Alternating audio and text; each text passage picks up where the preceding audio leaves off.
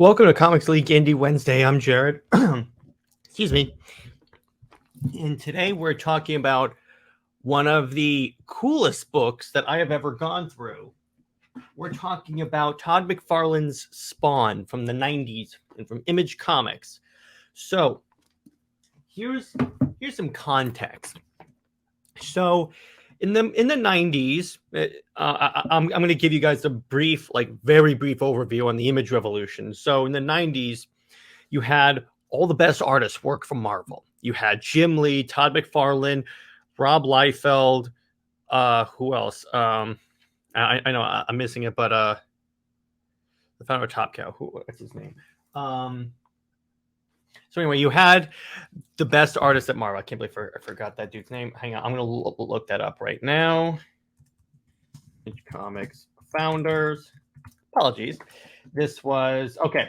So you had Todd McFarlane, Jim Lee, Rob Liefeld, Eric Larson, Mark Silvestri, Jim Valentino, and Will Portasio. So what happened was the artists at the time were treated like very, very, very badly.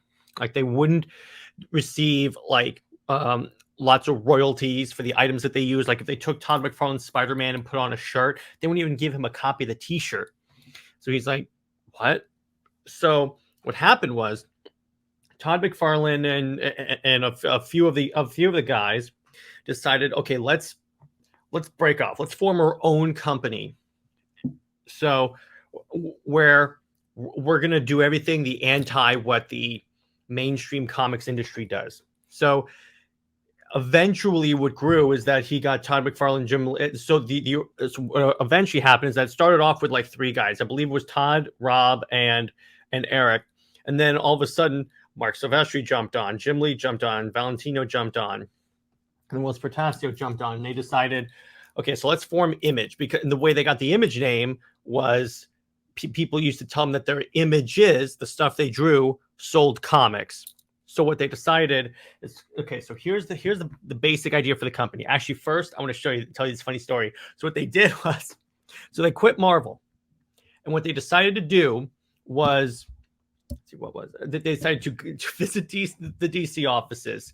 So DC, when the Image guys walked in, thought that the Image guys were coming in and said, and we're going to join DC. So they're like, oh my gosh, we're getting like Todd McFarlane, Rob Liefeld, Jim Lee. We're getting all these guys for DC.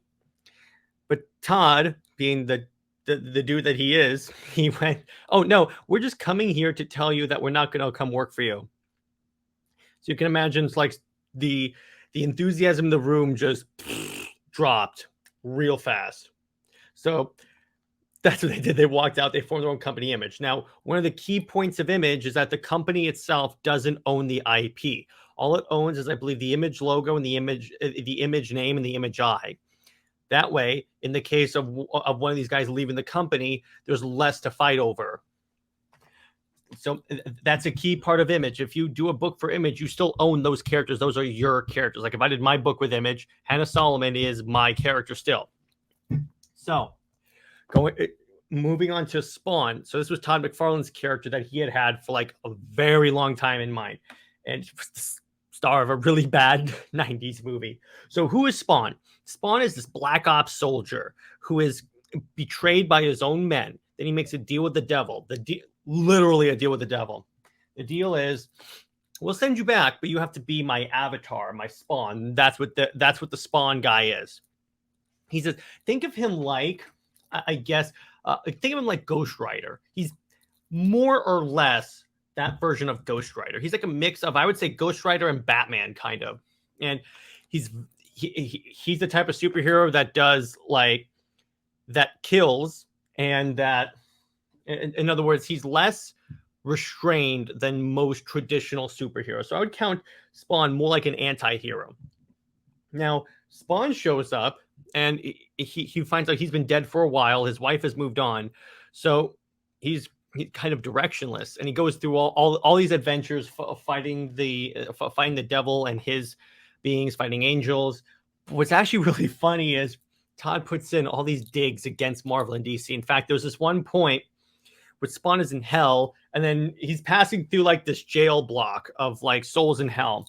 And then you see arms that look suspiciously like Marvel and DC. Now, I don't have the comic cam set up right now because I'm using new software, but I'm going to try and find it. So anyway, what it is, the arms have like are very similar to Marvel and DC characters. Okay, here we go. I'm going to hold this up to the screen.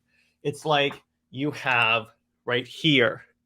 You have like Hulk, Shazam, Wonder Woman, Batman, Spider-Man, The Thing, The Flash. So in other words, it's a dig against the mainstream superheroes. And in fact, Spawn meets Superman. I do air quotes because it's not supposed to be Superman. And they have it actually very good interaction too. So if you wanted to check that out, it's in one of the earliest of Spawn. So I got the compendium, which by the way, the compendium is pretty much an omnibus, but it's much cheaper. So I'm very happy about that. Thank you. But what I like about Todd McFarlane's art is that it's very non-traditional, and it's very what he does. By the way, he experiments with new panel layouts, new panel borders. Because like, take his Spider-Man. Like, let me put it this way. Here's a good example I just turned to randomly. Okay, these panels look unique. You see how it's all frizzled and such. It's like when he was doing Spider-Man before he left Marvel, he actually had like the webs be like the borders of the panel, and then also he modified Spider-Man's webs so that they look like they're wrapping around each other.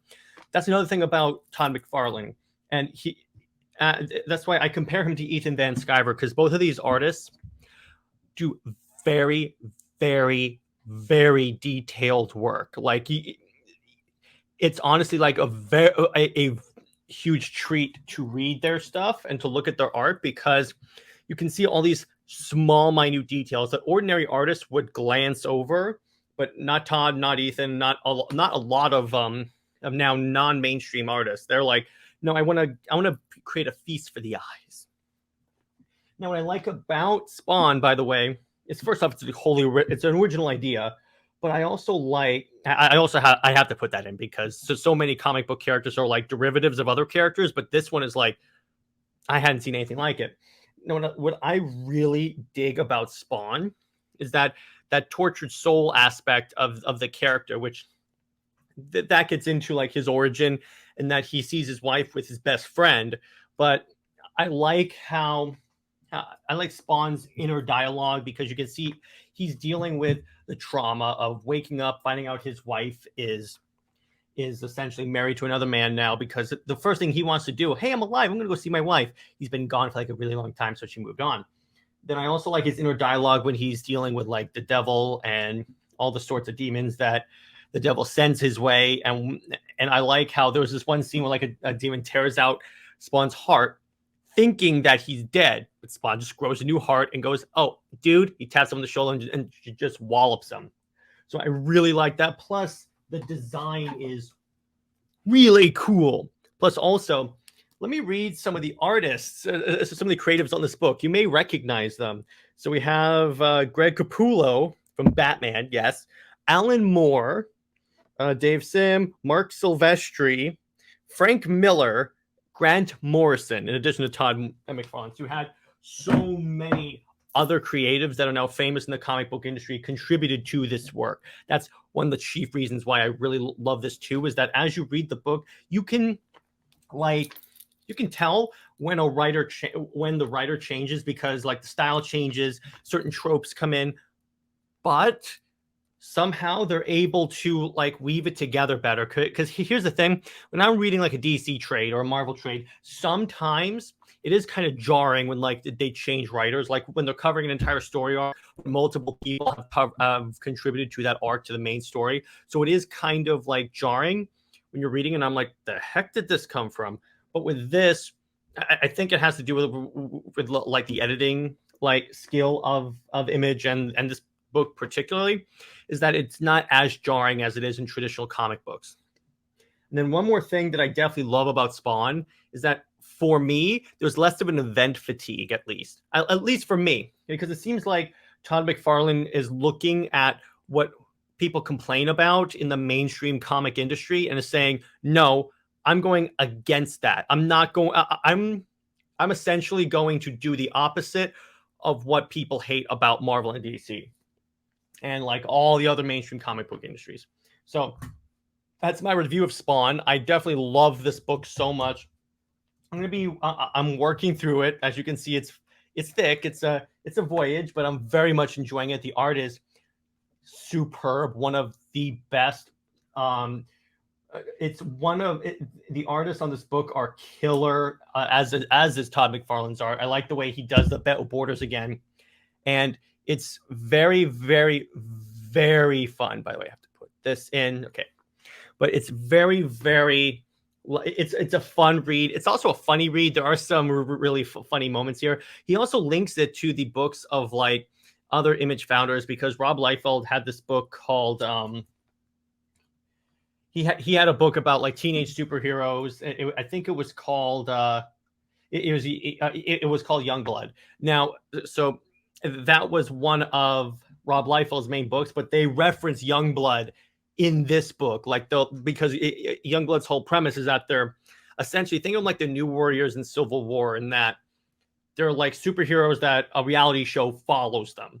So what's cool about this is that he sort of loosely links these books together, but in a way that you don't really have to read both in order to get the full story. It just adds to it. And that's another thing that I think he's doing that Marvel and DC need to learn, is that yes, you can link certain books together, certain characters' stories together, but you have to make it so you don't necessarily have to read all the books in order to get the full story. It's like when Marvel, and I pick on Marvel for this because they're most guilty, when Marvel did King in Black, and every single Marvel book had a tie-in which you had to read to get the full story. I mean, that's a problem.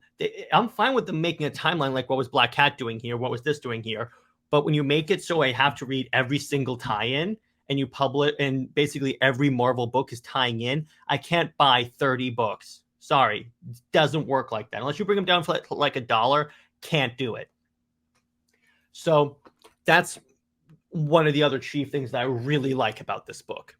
That's where I'm going to leave it, because I think that's a good place to, because I don't want to start rambling. And plus, that's about all I can say right now. I don't have the comic cam, otherwise I would flip through the book and go through some of the story. But for right now, until I get the comic cam all like situated with the new software, I think this is good enough.